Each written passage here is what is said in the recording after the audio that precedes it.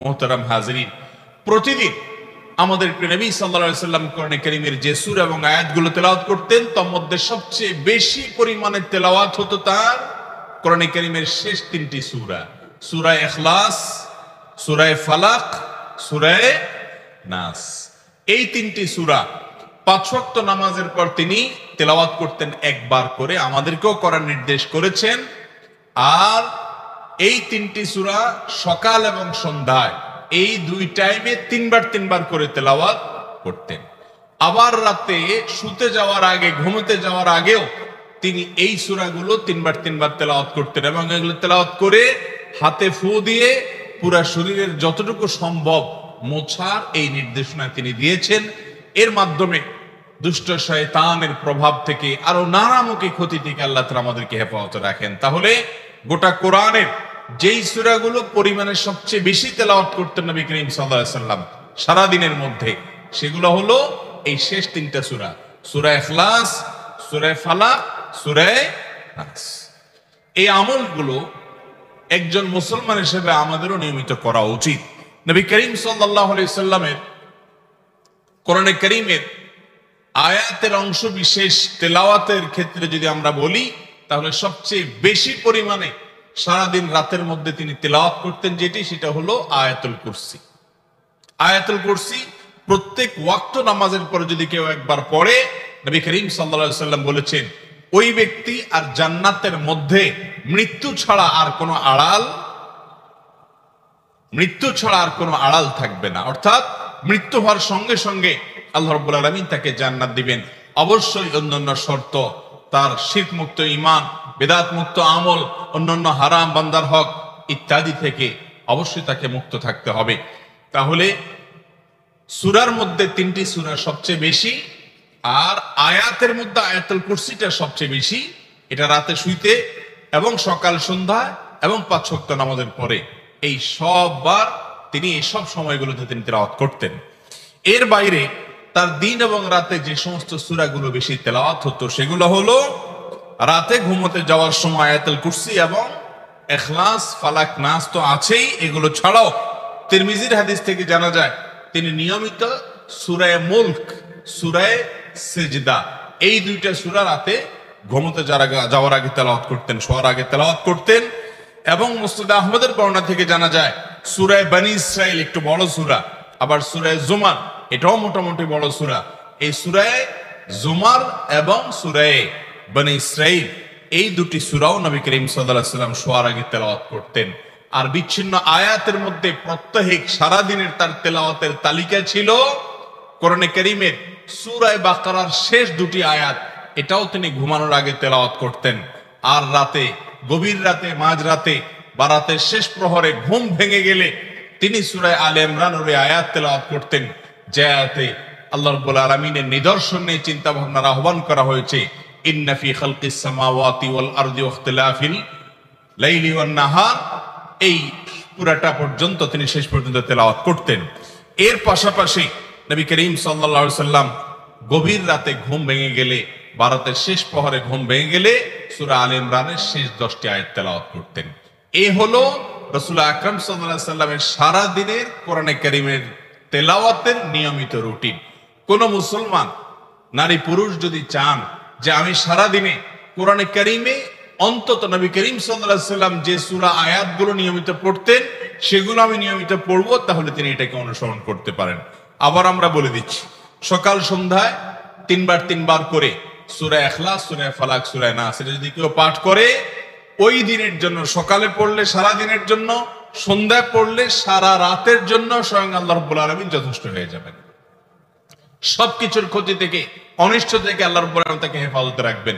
সূরা ইখলাস, সূরা ফালাক, সূরা নাস তিনবার এবং ৫ ওয়াক্ত নামাজের পরে একবার, রাতের সময় 3বার পড়ে হাতকে মুষ্টিবদ্ধ করে ফু দিয়ে যতটুকু সম্ভব শরীরে ফু দিয়ে মোছা। এর বাইরে যেই আয়াত তিনি তেলাওয়াত করতেন সবচেয়ে বেশি সেটা হলো আয়াতুল কুরসি। ৫ ওয়াক্ত নামাজের পরে এটাও সকাল সন্ধ্যায় এবং শোয়ার আগে।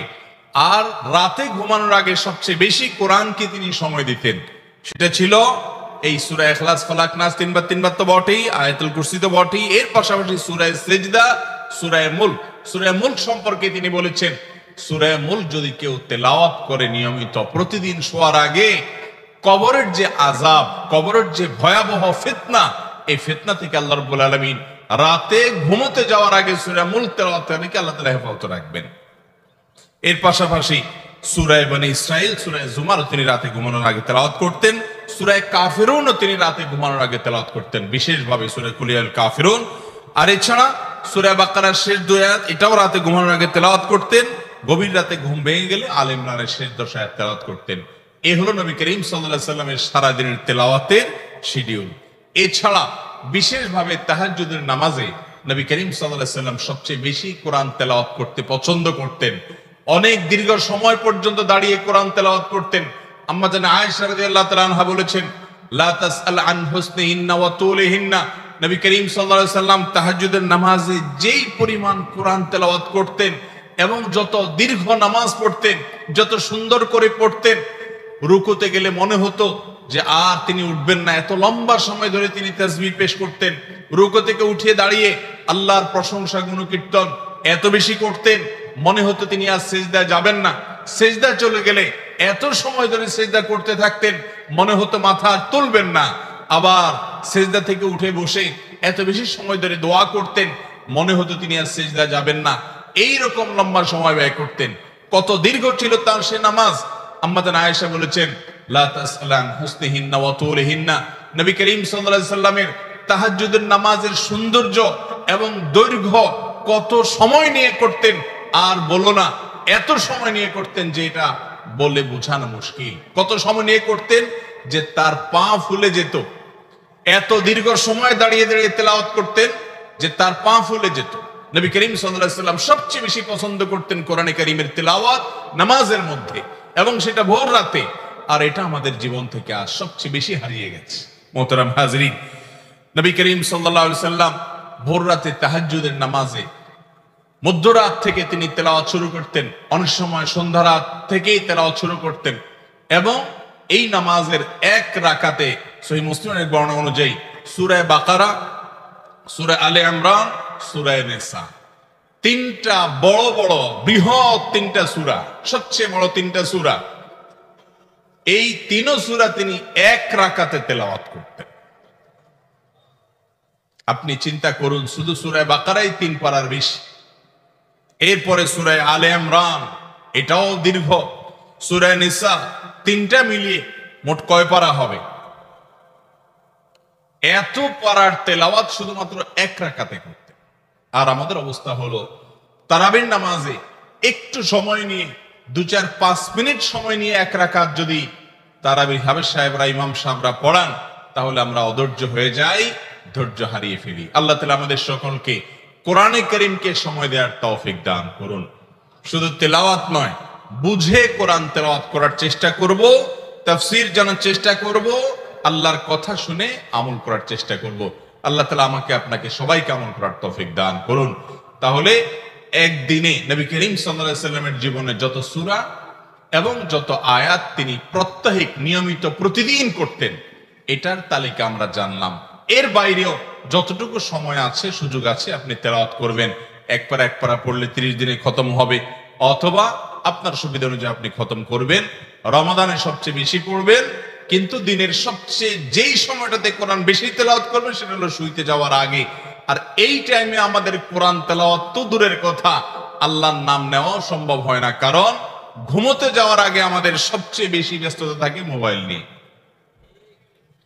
এই পরিমাণ মোবাইল নিয়ে ব্যস্ত থাকি আমরা যে সারাদিনে যা টিপাটিপি হয়, ঘুমোতে যাওয়ার সময় সবচেয়ে বেশি টিপাটিপি হয়। কোনোদিন যদি ব্যস্ত থাকি, তাহলে কাজা কাফারা সহকারে শোয়ার আগে আমরা মোবাইল টিপে তারপর শুই। ঠিক না ভাই? ঠিক। দুর্ভাগ্য এবং কপাল পড়া আমরা কেন?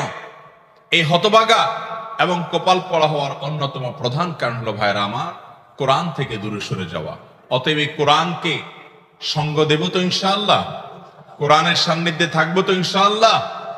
একটা কোরআনের অনুবাদ, সংক্ষিপ্ত তাফসীর আপনার আশেপাশে রাখবেন।